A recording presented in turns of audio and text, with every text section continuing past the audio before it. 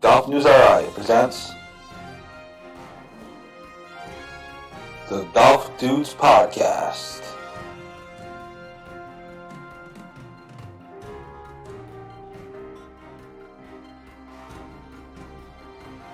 Here are the dudes.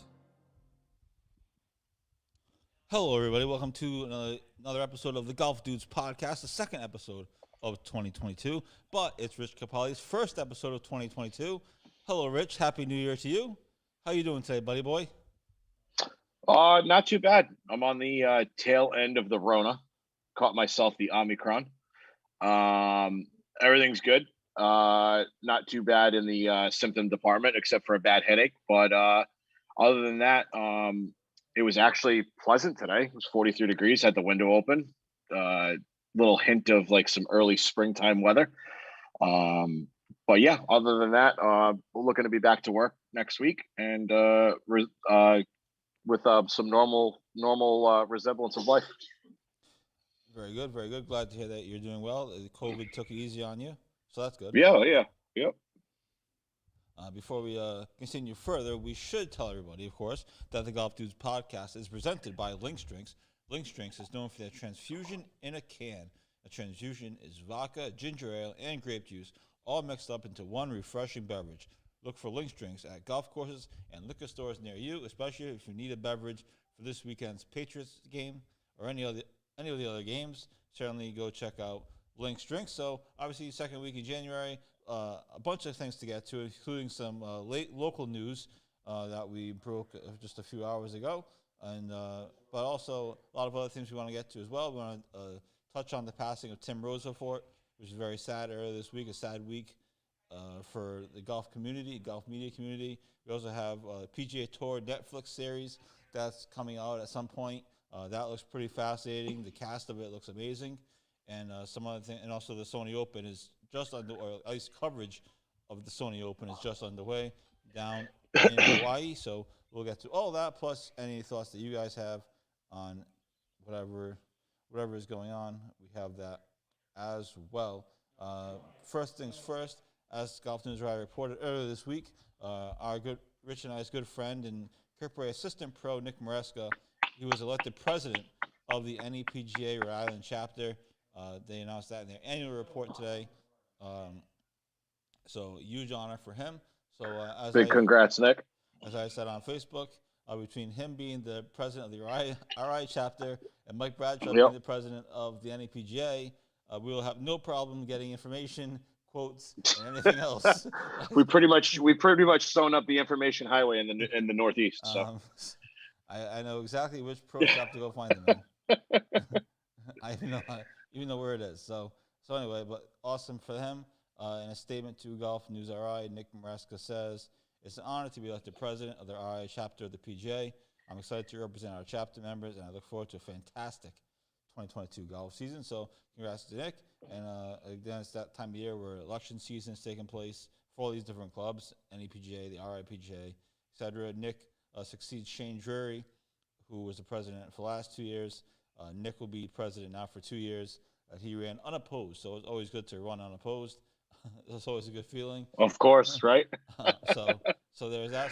So if you haven't seen that story, it's up on golfnewsride.com and including all of our social media platforms. It's been retweeted by Lincoln High School and commented by every Kirkbride member and viewed on the Instagram story, which I'm actually getting pretty good at these Instagram stories, I will say. I will give myself some credit. And so check that story out if you want. We also have the rest of the board members there as well for the RIPJ. So check that out on golfnewsri.com. Another story that we put up today, which I actually knew in advance, but he officially announced it today. Andrew Green, my guy, who renovated Wanamoisa and was nice enough to take time out of his day to give me a tour of the renovations of Wanamoyset and an interview. He was officially named as the guy who's going to renovate East Lake. East Lake, That's crazy. That's a huge. That's big. That's real big. Famed East Lake is undergoing a massive renovation. They announced today on their. They announced today. Tour Championship. Have you heard of her? Yep. And they tapped Andrew Green to do the design. They're renovating the golf course and their practice facilities. Shoof. Wow. So a big get for Andrew Green. So I figured I'd throw that story up there, give the guy some love because, like I said, he was more than nice enough to do that for me. So should be interesting. They're going to start the renovations after the 2023 Tour Championship. So it's still a year out or so. After the 2023. Okay. Yeah. All right. So a big deal for Andrew Green. He's now done Inverness. He's done Wanamoyset. He's done East Lake. And I'm sure there's a few others as well that I'm missing, but certainly a bunch of big ones. So there is that. So that's sort of the local hook on this stuff. Last week, I talked a lot about what our plans are for 2022 and different things that we're going to do. And you weren't here because you were sick, obviously. So I just let me start with this. Then I also want to get your take on something else that happened last week, which I had a whole segment planned for it, and then you bailed on. So I went and got sick. I was kind of scrambling for show content. But first off, 2022, we're here. What are you looking forward to the most in 2022, whether it's locally or not locally? What are you looking forward to the most in 2022? So I'm looking forward to obviously the golf season. In our neck of the woods. I mean, golf that hasn't stopped around the world. It's a minor stop for us until another 2 months or so. For golf news, all right for me. I'm looking to get a little bit more in the action this year. I mean, it's tough with having another full-time job that pays the bills. So I'm going to try and get a little bit more into it. We got we said in previous episodes, we have a crap ton of tournaments that are coming. We have the Travelers, which is always here. We have the U.S. Open at Brookline this year, which is going to be. We have the U.S. Open qualifier at Kirkbride. U.S. Open qualifier at Kirkbride, which I'm going to try and be available for. We got at the Country Club. We have the U.S. Open. Then we have the Senior Open next year, and then we have the Ryder Cup in 2024. So we have a lot. Like I really want to be a little more hands-on on tour club championships and stuff like that. I want to be a little more involved at Kirkbride with a lot of the members and stuff like that, getting like interviews and stuff like that, like you did this year, Joe. And even interviews at my club, because I got a couple sticks at my club that I wouldn't mind sitting down with. So yeah, that's my vision for next year. Well, this coming year. Obviously hone the game a little bit, get a little bit better than last year. Obviously last year was my best golfing year since I picked the game up 20 something years ago. Obviously get better, play more golf with you, play more golf with my dad, brother-in-law, all that stuff. So yeah, just a lot more inclusiveness as it comes from me, and just more golf in general, more immersiveness in the sport, Yes, it should be a very exciting 2022. Like you mentioned, a lot of tournaments. I mean, you skipped 3 big ones. You skipped the RI Amateur, the Northeast Amateur. Well, that's your baby. You're more that's more of your baby. But obviously, Northeast Amateur, that's every year. Well, I think I've been saying that the Northeast Amateur is going to be extra fascinating this year because of the new course. So I think where is it at this year? The Northeast Amateur is at Wanamoyset every year. At Wanamoyset, yeah, correct. Oh, because of the new thing. Yeah, I'm actually going to try and I'd like to be there for more than one day. That the first, I want to be there for the first day, absolutely, and maybe that Friday. I definitely I've only been there a couple times, and you took me there for the first time for the tournament last year, but I'm definitely gonna. I'd love to see what they're gonna do to this new course, given the fact that they haven't played it yet. So yeah, it should be fun. And then of course, after all of those tournaments, Alpine is actually hosting the New England Amateur New this England year. Amateur Alpine. Yep. So Jeez. it's going to be a crazy 2022. Plus our own projects. We have some other things that we're I mean, working on. plus our crazy club tournaments. I mean, Yeah. that's always crazy every year between who wins it at my place and which guys are absolutely battling at Kirkray, especially now with the new holes and all that. So it's gonna be crazy. I'm just my one big thing is I hope that the weather is the same, but like not on days that we play. Does that make sense? Because I mean, I don't know about at Kirkray, but at the King, we saw all that rain made a huge difference last year. My course was in a complete 180 of what it was the year before because of the rain. I'm just hoping it doesn't affect. I mean, we got member guests canceled. We had the 4th of July canceled. Like, I mean, even at my course, we had a couple tournaments canceled. So I'm hoping the weather stays the same, but not on the days that we're playing. You know. Yeah, I mean, it was a brutal brutal summer Oh, it's for weather terrible. last It year. I was mean, so bad. I mean, if It was so bad. you go back, I mean, not that we were playing, and I know you said days that we were playing, but I mean, Yeah. they barely got through the Rhode Island Amateur. They Yeah. almost didn't Yep. finish. It Yeah. was so crazy. Yep. So yeah, hopefully the weather will be a little bit better. But yeah, I just figured I'd ask what your thoughts are on 2022. Now, my other question is, this is PGA Tour wise, Okay. because I talked about this last week. It was a big story with, who was the player? That got their clubs damaged. Oh, Victor Hovland. Oh, Victor Hovland. So I talked about this last week a little bit. I couldn't remember if I've ever taken my clubs on the plane with me, but apparently I have. My dad says we took them to Torrey Pines way back when. Yep. But he talked about his clubs getting damaged, and obviously they were sick. They were Oh, dude, ton of that days thing late. was snapped clean in half. That Yeah, was terrible. unbelievable. And then Not to mention his bag was like what, a week and a half late, right? He got there like a week and a half early. Yeah, like he got there. That's crazy. He got to Hawaii a week before the tournament, and his clubs arrived like 6 or 7 The day days before, later. right? Yeah, the day before the tournament. And his driver was snapped. Like what? Snapped. Like oh. So as somebody who takes their clubs with them to Florida mostly, but all different places, does that ever cross your mind? Is that ever a concern for you? So yes and no. I'm gonna be honest with you.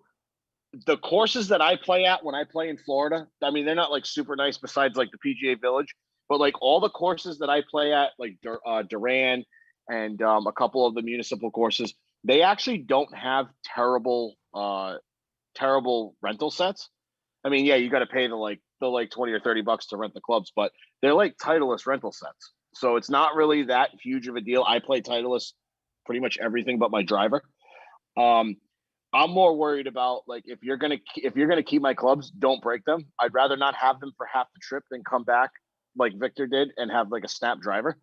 Like that's that. I'd rather rent clubs for like 2 or 3 rounds than come back and have to buy like $150 shaft for my club. You know what I mean? Right. It took me a long time to find what's it called, a combination, meaning driver head and shaft and flex and all that stuff. Shout out to our guy Peter Walsh. He finally found me the Maverick driver with the correct shaft that I can actually hit. Yeah, if that thing came back on a trip, I got it like 4 or 5 days later, I would be pissed if that thing was snapped. I'd be so like, I have like the little pole that straightens the bag out so it doesn't, the pole takes the brunt of it. But like, there's always that one thing where you just you open your bag when you get to the car after getting it off the plane, and like, there's always that little thing in the back of your mind that like something could be snapped in this thing. But yeah, I take my clubs pretty much on every vacation I go to. It's usually always to Florida, so I'm just more comfortable with my clubs. But yeah, it's always 150% in the back of my mind when getting off the plane and then then coming back and getting off the plane here. I'm always nervous about it. That's why I try to use the hard cases to what's it called, to absorb a little bit of the shock. But yeah, that was awful. I saw the picture that he said he put on Facebook or Instagram of the snap shaft, and I was like, you got to be kidding me. It was crazy. Yeah, it was. And especially given that he travels everywhere, he drives mostly everywhere because of like COVID and stuff like that for the past 2 years, whatever. So it's like, oh, I hop on a plane and my stuff gets destroyed. It's like, what the heck? Unfortunately, he couldn't drive to Hawaii, or so I'm sure he would have. But it's tough. It's tough to get to that water, you know. Oh yeah, right. But yeah, it's always sitting in the back of your mind when you get off the airplane. Yeah, it was fascinating, and that was my segment I was hoping to do last week when it happened, and then because I know you take your clubs everywhere, I generally don't. And it's crazy, and it's crazy too because like you pay depending on the airline. I mean, depending on the airline, you pay them anywhere between like $40 and $80 to because it's like it's an oversized luggage, so it's like you're gonna pay extra because the weight distribution and all that garbage, and it's like I'm paying extra. I'm paying like $50 to $75 to put my golf bag on the thing. You should take care of it a little bit, And of course, you look out the window and you just see suitcases being thrown onto the bottom of the plane. It's like these guys don't stand a chance. Right. So yes, that was interesting. That happened last week. And then he actually played good in the first round of the tournament, or at least he played really, really well. So that was kind of funny too. Yeah. Hello, Mother. Thanks for watching. Bridget, thanks for watching. Thanks everybody for tuning in tonight. I know it's January. Things are a little slow still, but hopefully everyone's having a good winter and had a good holiday season as we start to ramp things up here on Golf News. Right, we have a lot of things coming up, podcast wise and content wise. We're looking to. I'm going to reach out to him over the next couple of days. We're looking to have hopefully Will Dixon on before he starts his pro season. Maybe some Davis Chatfield and Patrick Welsh as they start their college season, and just in over a month, actually, just over a month, believe it or not. So, holy crap, really? Yeah, oh, wow, that's good. That's good. That's great news. They start their spring seasons in about a month. That's amazing. Oklahoma Golf tweeted out their spring schedule today. Nice. Full of Golf Channel broadcasts. So lots of action. And then and for Chatfield and Welch, it's their last college golf season. And so you wonder if they're going to turn pro. Patrick Welch is right there in the PGA Tour University rankings. He's inside the top 30. It'll be interesting. It'll be fascinating to watch from that perspective as well. Really quick, because you and I played in this tournament last year, and I just want to give it a shout out. We put a story about it. It was on our e-blast for 2 days. The annual Chase for a Cure tournament, which last year was held at Valley. Rich and I both played, had a great time to benefit. Yeah, that was a good day. Michael Callahan's son, Chase. That's going to take place on May 16th, on Monday, May 16th. This year it's at Crystal Lake. And so this is all to benefit Chase Callahan, who we talked about has Ehlers-Danlos syndrome. I hope I'm pronouncing that correctly. I'm sure I'm not. But you can sign up through our website. The link is there. And you and I had a great time last year. I don't know if it was fun. It was a lot of fun. Planning to play this year or not. I haven't gotten that far yet, but certainly will help support that. So if you're looking to play in an early season golf tournament, get some swings in at Crystal Lake, which is a nice course. May 16th is the date, and you can see the link on our website or sign up through our website if you're looking to play. So I just wanted to get that in real quickly before I forget. I just wanted to pick your brain on the flying thing because you take your clubs everywhere, and I don't necessarily. I also don't really go on vacation, so that's probably part of the problem. Yeah, like I said, the munis actually have decent rental sets. So it's really, I mean, if your clubs are delayed a day or two, it's really not a huge deal, especially if they're the club that you play. So it's not really a huge deal. When we went to California the first time back in like 2000 and something, I actually rented clubs. We played at Palm Desert. Okay. And I rented clubs from there, and the clubs I rented were actually the brand new Callaways, and those are actually and I actually play a version of those clubs now because I hit them so well in California that my dad they're not the exact, they're actually obviously a different version. They're not the old clubs, of course, but they're the same type of wide bottom clubs that Yeah. I Oh actually yeah. rented Yeah. Fat toe. Yeah. that they gave me to rent in California. So it was actually pretty funny Yeah. that it worked out that way. I'm telling you, yeah, the rent. I mean, even see, it's like, say if I was like when you went to Hawaii, I wouldn't. Resort golf out in Hawaii is very expensive. We're talking hundreds of dollars plus you got to tip the caddy or whatever. If I was even thinking about playing in Hawaii, I just rent clubs. It's fine, you know. I'm not gonna bring my clubs to Hawaii when I'm only gonna play once. Obviously, you're not there to play golf. You're there to spend time with your family or whatever. Um, but yeah, a lot of these courses have good clubs to rent, so it's really not that big a deal. Absolutely. So there was that story. I just thought it was interesting, and I knew it tied into what you do often. So I just figured I'd pick your brain on that. Earlier this week, it was I don't know if you were saddened by it. I was certainly saddened by it because I'm into the media and stuff. But we obviously um, uh, was very sad that we lost legendary golf writer and URI grad Tim Rosafort. That happened on Tuesday, I believe. He passed away at the age of 66. So, and the amount of tributes that everyone was sending in, not to us, but just tweeting out and stuff, was pretty awesome. Yeah, the golf the Obviously, golf channel ones were awesome. That yeah, was really and really really nice. there was hundreds more on Twitter, including our guy Bob Harrod getting into it with some with some No, guy. dude, that was Uh, awesome. um, so that Oh, was Bobby that. Boy was getting after it. So that was something. But obviously, too Oh bad man. for Tim and a guy from URI. He actually played football at URI, believe it or not. But he was battling Alzheimer's, and he died at 66 earlier this week. So a huge loss to the golf community. I don't know how saddened you were by it. I was certainly saddened by it. But hopefully, obviously, the tributes were pretty awesome to see, and they're still coming in. Um, People are still tweeting them out and still posting videos and stuff. So certainly a big loss for the golf community, and certainly for golf media as even more so. Yeah, absolutely. I didn't. I followed a bunch of his work. I obviously didn't exclusively follow him, being on the outside looking in the media part of it. But yeah, some of the tributes, like Poulter put up one. A lot of guys in the top 50 put up a lot of nice thoughts and sympathies. Yeah, definitely going to be missed.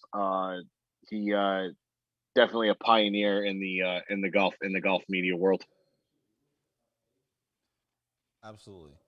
So as we continue on, this is the Golf Dudes podcast on Facebook Live and the Coalition Radio Network. Uh, how about Bryson DeChambeau? How about Bryson DeChambeau withdrawing from the Sony Open 2 days Yep. before the tournament because of a wrist injury?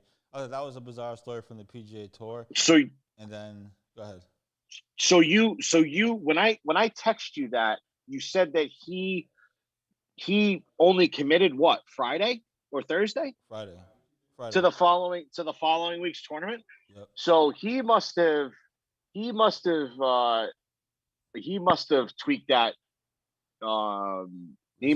that injury. on Saturday or Yep. Sunday.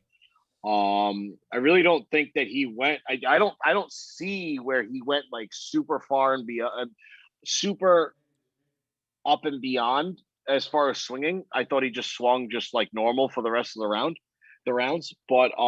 But yeah, I mean, this is what we were talking about when we had our is this good for Bryson in the long run type of situation. Like, are you gonna is your training? Obviously, he did the match with Bryson, then he did the world long drive after the Ryder Cup win. Um, is this gonna be a thing now? Like, are we gonna have to deal with Bryson withdrawing from tournaments because his body he's treating his body like an amusement park? Like, I don't I what are your thoughts on it? I mean, I hope this isn't going to happen because I hope he's training enough of his other body parts to like be stronger. If you get what I'm trying to say. But I hope this isn't a thing. I mean, I wouldn't be surprised if his body starts to break down. I don't know what happened with his wrist injury. It's kind of random. And he committed to the tournament Friday. He also, as I think Yeah. I wrote, and I mentioned to you as well because I had it. I was right on top of it. I'm on the computer all day, so I see all these things. Not too many things that get by me.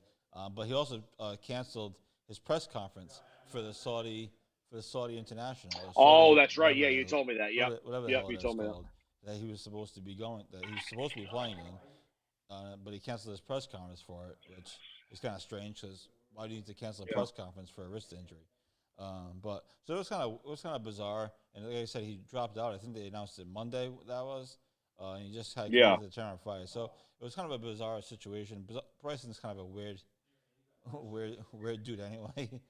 He's weird. I like him. I like the fact that so many people dislike him. It's the same thing with Brooks, but Bryson and Brooks are like perfect for each other. They're both what's it called, a acquired taste, if you want, like, and it's probably on the extreme. It's the extreme left and the extreme right. Brooks is real cocky. He's like that golfer bra, that frat bro that doesn't give a crap. He doesn't, he thinks like golf is a chore, because he's so good at it. And then you have Bryson, who trains his ass off every waking moment to do different things, like the world long drive, the Ryder Cup, all that stuff. And I like it. It gets a little tiresome with the whole Brooks and Bryson thing. Obviously, Brooks kind of put him in his place and dusted him at the match. So that part of it's put to bed. But I like the fact I like the hated golfers. Not a lot of. I mean, Tiger is Tiger, but not a lot of people like Tiger back in the day because he was so cocky. Like the golf purists and stuff like that. So, take it for what it's worth. But I like the storylines for all these guys. Hey, joining us in the comments right now is the president of the RIPGA. Too bad he missed. Too bad that he missed the whole. He missed the whole segment where we were talking about him. But Nick, the RIPGA president, says he's definitely a weird guy. So he agrees with us. Oh yeah. I like the storylines though. It's like Tiger was great for the game, but it was like it was the same stuff every day. Same stuff. At least Brooks and Bryson for, I don't know, maybe a year brought a little bit of different stuff to the game. We had John Rahm's temper. That's sort of dialed back a little bit now that he can harness it and control it for the most part. Mm-hmm. Other than that, like, we don't have a lot of guys. Like, you have Max Homa roasting people on Twitter, which I actually want to get to with the Pip thing because I didn't get to talk to you about it last week. You got Max Homa with his Twitter thing, Phil with his funny antics and stuff, which also goes into the Pip. We can talk about that a little bit later if we have time. Like, there's not a lot of big storylines in the PGA to harness that and like vault it into popularity. You know what I mean? You really got like me, you, a couple of guys at my club, my dad, my brother-in-law. We're all like into it, and a lot of guys at Kirkgate are into it. But like, there's not that huge hook to grab your normal fan. Your normal like lay of the land fan who just watches it when it's the first week in April. You know what I mean? Absolutely. Actually, while you're there, hold that thought. Speaking of storylines, after a quick commercial break, I want to get into the Netflix announcement that happened earlier this week. And okay. We posted, and we can get into some of the Pip stuff. And Rich will give you his first tournament rundown of the Sony Open, which is taking place as we speak. Live coverage, I think, started on Golf Channel at 7, if I'm not mistaken. Mm-hmm. Jim Furyk, circa like 2003, is apparently leading the tournament. So he'll give you crap. He'll give you a rundown on that. We'll get into some of the Netflix stuff and more after this quick commercial break, and we'll be right back. This is the Golf Dudes podcast on Facebook Live and the Coalition Radio Network. Billy Andre joins the show. Billy, thanks so much for doing this, and we appreciate you taking the time. Well, thank you. Thanks for having me. I'm excited. I'm very excited to be joined by an 11-time Emmy Award winner, and that is Armin Katayan. Massachusetts Women's Amateur Champion Allison Pig. The days of the country club just being golf and maybe one amenity are gone. Unfortunately, Metacomet doesn't have those.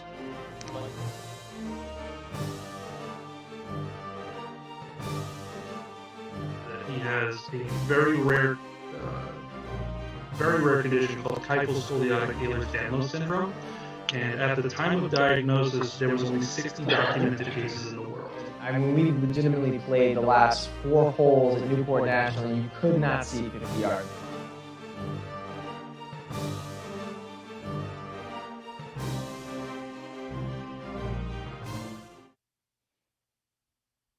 And welcome back to the Golf Dudes podcast, presented by Link Drinks. Link Drinks is known for their transfusion in a can. A transfusion is vodka, ginger ale, and grape juice, all mixed up into one refreshing beverage. If you're looking for a cold beverage for this weekend's football games, or maybe you're like me and you're going to watch the golf tournament instead, go look for Link Drinks at golf courses and liquor stores near you. Welcome back to the Golf Dudes podcast. We teased it before the show. But we want to get into some of the PGA Tour stuff, and obviously local stuff is always on the table as well. But we talked about storylines with Bryson DeChambeau. By the way, thanks everyone for tuning in. Earlier this week, I've said it a million times. The days all go into one. I think it was yesterday. It might have been Tuesday. Who the hell knows? But Netflix officially announced. You laugh, but I'm serious. I couldn't even tell you what day it was. Netflix officially announced their documentary series on the PGA Tour. It's star-studded. It includes Spieth, Thomas. I think Brooks Koepka's in it. Bryson's not in it. So I guess I think it sounds like it's going to be really cool. But what are you looking for this documentary series to have? So I follow a lot of some of the characters on the PGA on Twitter, like JT Max Homa, obviously for his fantastic burn game. If you guys don't know what I'm talking about, he a lot of guys in his spare time, he gets sent a lot of like swing videos. Obviously, people are on the range or on the golf course and they take like from behind shots. And hey Max, how's my swing? This and that, and he absolutely roasts them. Tie that into the PIP a little bit. I'm a little bit disappointed that he didn't come in even in top 10 in the PIP because of his social media interaction. We'll save that for another show, if not at the end of today's show. Little bit salty that Homa didn't even come in top 10. What do we say? It was like 20 out of the top 50 golfers are signed on to this Netflix show, and Augusta National signed on to this show. 5 of the top. Hello, it's 5 of the top 7 anyway. 5 of the top 7. I mean, even least. still, and Augusta National signed on to this show. So. Netflix must have pulled some huge strings. It's going to be the PGA Tour season plus all 4 majors. Obviously, I'm super pumped to see Augusta because we're going to see maybe a little smidgen of behind the scenes over there. But I'm super excited to see the Country Club. Like, there's not really that much information out there or video on the Country Club. Super historic site. Obviously pretty much right in our backyard almost. And the home of the US Open this year. So I am amped, and we get the Open Championship this year at St. Andrews. St. Andrews, thank you. Good Lord. That's a little bit, we can get a little bit of behind the scenes over there, more than it has been. I'm souped. I love this behind the scenes no matter what sport it is. Like, I used to love the inside the Winter Classic. They do like a week-long preparation up until the Winter Classic, all the behind the scenes, making the ice and stuff. I love all this behind the scenes stuff. What do you say?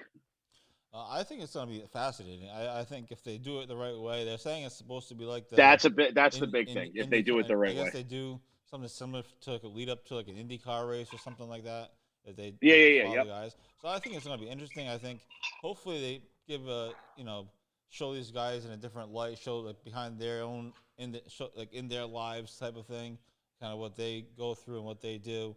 I think it's going to be interesting. I think they certainly have the players for it. Obviously, there's no Phil or no Bryson or no Tiger, but they have enough of the players that it'll keep you interested. There haven't been a ton of details released as far as how many episodes it's going to be, or when exactly it's going to be released. That wasn't in none of that information, at least that I saw. Wasn't in their press release, so if that was announced somewhere else, then by all means, correct me. I'm gonna probably venture to guess it's gonna be the 4 majors. It'll probably be the players. It'll probably be probably the Tour Championship and the playoffs, and then maybe a couple like what's it called? What about the President's Big. Cup? That's this year. Yeah, I don't know. It's I'm in- not it's in the- really it's sure. in the U.S., I believe. I'm hoping that they do the tournaments before the majors, like what is it? Was it the Shell Houston Opens, the one before Augusta? Because they're the winner of that gets a Masters bid, I do believe. And the same thing with the tournaments before the majors. They all, you win to get in type of thing. I'd love to see that. Obviously, I hope they do in depth on the U.S. Open for all the qualifiers, all the amateurs that's the most saturated amateur field of the year is the U.S. Open. So I'm really hoping that they give a good effort, a good like saturated effort for what we're hoping it's going to be. You know what I mean? Yeah, it should be interesting, man. It's Netflix, so they're going to do a good job. Of course, they have like almost unlimited resources. You know what I mean? Unlimited resources and money. So it's like, yeah, I think it's gonna be interesting. Like I said, there's not a ton of details as far as when the whole thing's gonna be released or how many episodes there are gonna be. Because then that I would think could tie into this new PIP stuff that you have a problem with. So what's your problem with the PIP? I'm not saying that you're wrong. I'm not saying that you're wrong, by the way. I'm just saying. So I'm gonna be honest with you. If we're actually gonna talk about it, I'm an enormous holy crap, big fight in the Bruins game. Wow. If we're gonna talk about the PIP, I think it has to be tuned to active golfers. Obviously, Tiger's not an active golfer this year. Unfortunately, all the stuff that happened to him. I think it should be to active golfers. And I'm very, very salty that a guy like Max Homa wasn't in the top 10 because of his huge social media interaction with everybody. Even and the Foreplay boys brought it up too. They said that like a Kevin Kisner or like a Pat Perez or any of those guys that interact with them on a social media basis, whether it be Facebook or Instagram, usually it's Instagram and Twitter. They play those 4-man scrambles against each other. Like those guys should be considered for the PIP in that entity. You know what I mean? I know Phil does the whole like hitting bombs things and drinks his coffee and does range sessions and hits bombs and stuff like that. But like he doesn't really like go out of his way to physically like go and play with like what's it called? Like social media personalities like Kevin Kisner or like Pat Perez, Max Homa, Joel Damon, all those guys do with the Foreplay guys and stuff like that. He's pretty active on social media though, Phil. He's active on social media to a certain extent though. It's like I think he probably deserved to win it this year, just given the fact that, I mean, he's what, 51, and he dusted everybody at Kiowa. Mm-hmm. That's a tough place to play, you know? Now, do you believe that Phil actually won it? As far as what? Well, so there's some drama with this. Phil announced that he had won it, and about an hour later, with the PIP you're talking about. PIP, Yeah. So I was like, what are you talking about? No, yeah, of course he won the major. I mean, yeah. No, I did hear that. So our guy Amon Lynch tweeted out like an hour later. He said that the PGA Tour hasn't officially announced it yet and won't be decided until afterwards. So I'm kind of like maybe Phil was just doing that to get his PIP up because he knew he. Yeah. Now, it also could be Amon just trying to keep a story alive. Of course. No. And Amon's awesome. He's one of my favorite writers. You're absolutely right. He's plugged into a different kind of social media. Like he'll respond to like the Foreplay guys like Briggs and all them. He'll diss them and stuff like that. But like he doesn't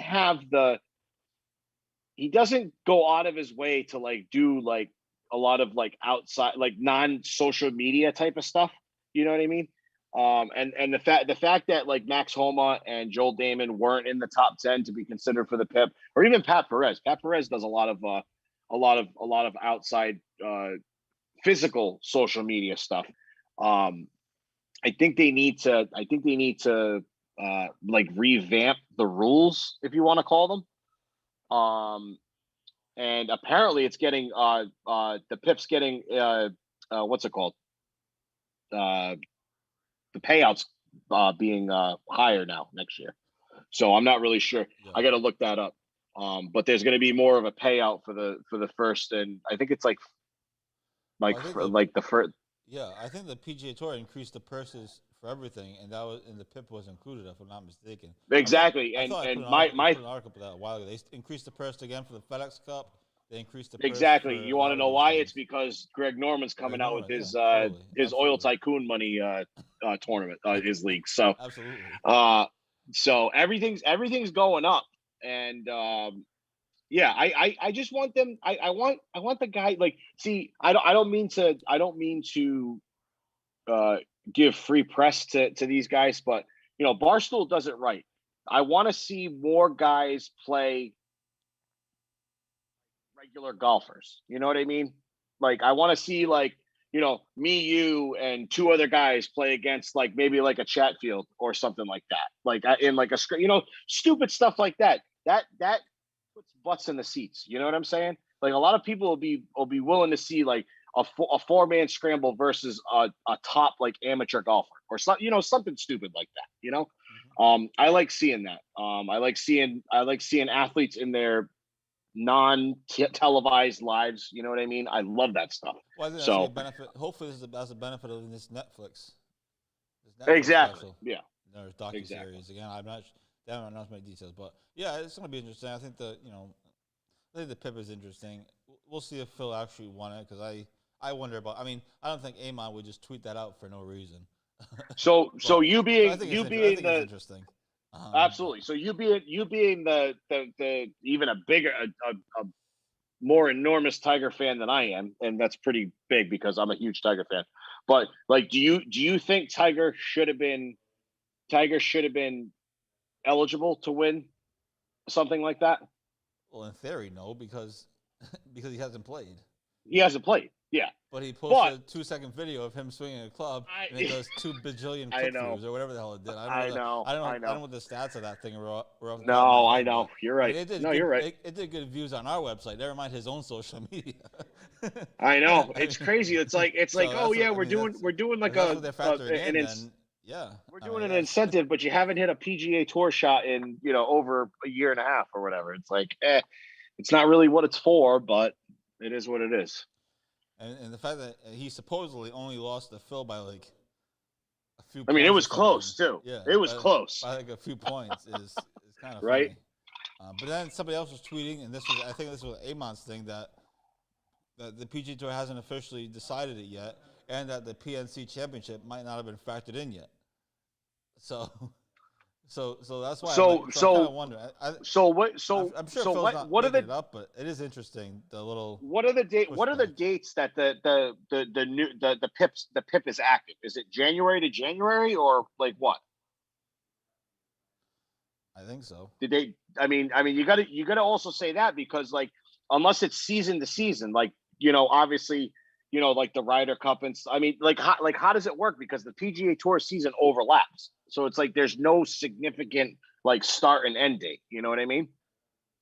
As soon as the tour championship ends, they take a couple of weeks off, and then the fall season starts. You know what I mean? Mm-hmm. So it's like they have a wraparound season. So, like, when is the first day of the PIP season start, and when does it end? You know what I mean?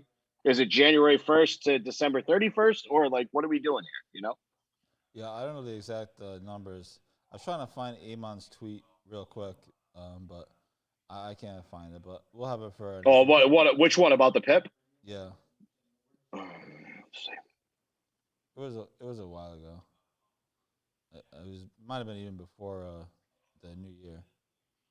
And I'm laughing because he has all these other tweets dissing. I'm looking at the other ones. It's so funny. Yeah. Yo, he is so funny. But anyway, we'll find it for next time. It's not that big of a deal.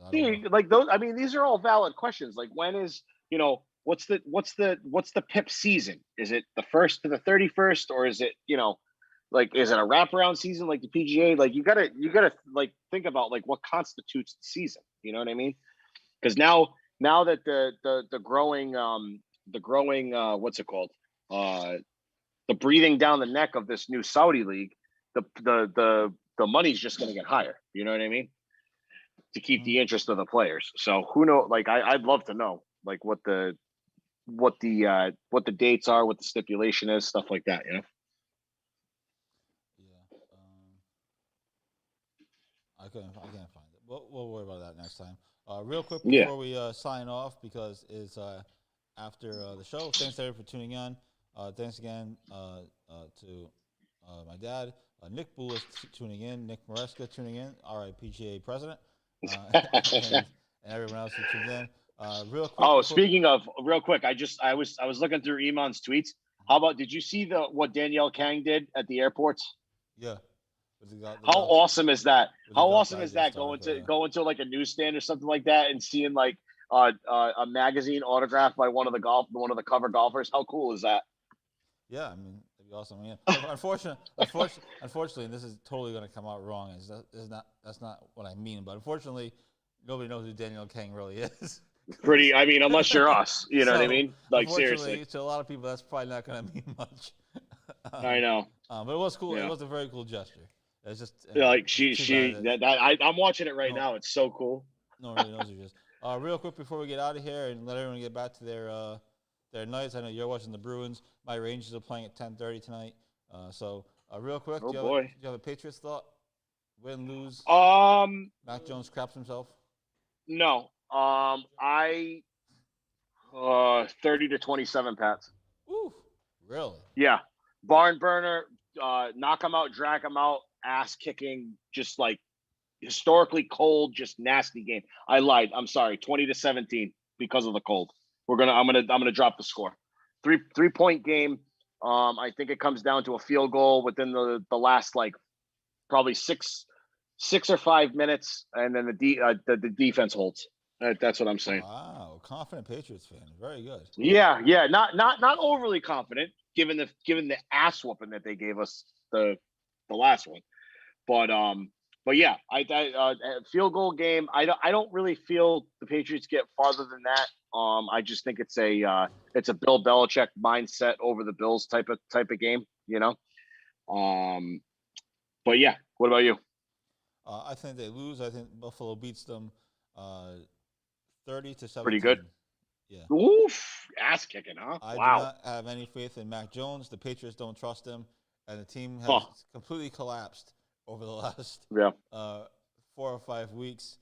But you have to give them a fighting chance because it's Belichick. But I just don't believe. I just don't have any faith in the team. I mean, you're rightfully so. Absolutely rightfully so. Pat is rooting for the Giants. Who are they playing in the playoffs? He's rooting for Joe Judge. So that's awesome. So yeah, it should be interesting either way. Obviously, playoff football. Be a great day. Historically cold game. Obviously in Buffalo. I mean, that's nothing new. In post Christmas. I think it's gonna be nuts. Awesome. Well, that's the show. Thanks everyone for tuning in. Happy January, whatever day today is, the 13th. So I think it's the 13th. Yeah. Yep. So thanks everyone for tuning in, and I hope everyone has a great weekend. Enjoy the football. Enjoy the golf. Apparently, Kevin Na is 6 under through 9 holes today. How are you doing? 6 through 9, huh? Wowza. So there's that, and everything else. So thanks everyone for tuning in. Have a great weekend. We will talk to you next week, and also obviously talk to you throughout the weekend on golfnewsride.com. We'll have all the stories, all the news in the golf world, and whatever else is going on as well. So talk to you guys then. Have a great week. Enjoy the football. Peace.